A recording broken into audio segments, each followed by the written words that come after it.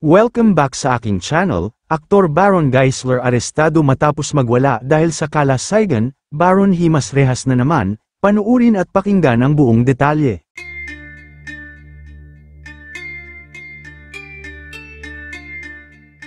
Mukhang nahaharap nga na naman sa malaking iskandalo ang kontrabidang aktor na si Baron Geisler matapos ang gulo na naman na kinasangkutan niya. Nitong nakaraang Sabado lang February 22, 2025 ay inilagay sa kustodiya ng mga awtoridad sa Mandaue City ang aktor dahil sa sobrang kalasingan. Sinabi ni Mandaue City PNP Public Information Officer Police, sinabi ni Colonel Mercy Villaro na nakatanggap sila ng tawag mula sa mga in-laws ni Baron dahil hindi nila makontrol ang ugali ng aktor. Ayon kay Villaro, nagwala si Baron kaya napilitan ang mga in-laws ng aktor na tumawag sa mga awtoridad.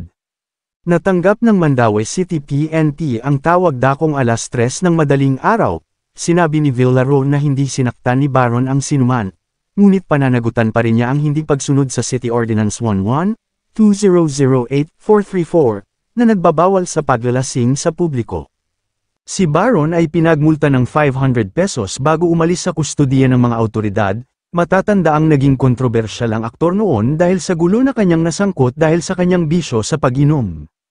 Matatandaan noon na napabalita na dahan-dahan na nagsikap si Baron na baguhin ang sarili habang tinutulungan ng kanyang asawa. Gayunpaman, may mga tsismis na bumabalik na si Baron sa kanyang ugali, na labis na ikinabahala ng kanyang mga tagahanga, at nakumpirma nga na totoong bumalik na ulit si Baron sa kanyang bisyo, dahil sa iskandalo na naman na kinasangkutan niya. Kaya naman, pansamantalang nakulong at nakalaya rin matapos magmulta. Kayo mga ka-showbiz, anong masasabi nyo sa ating showbiz topic ngayon? Kung may opinion kayo ay magkomento lang kayo sa aking comment section.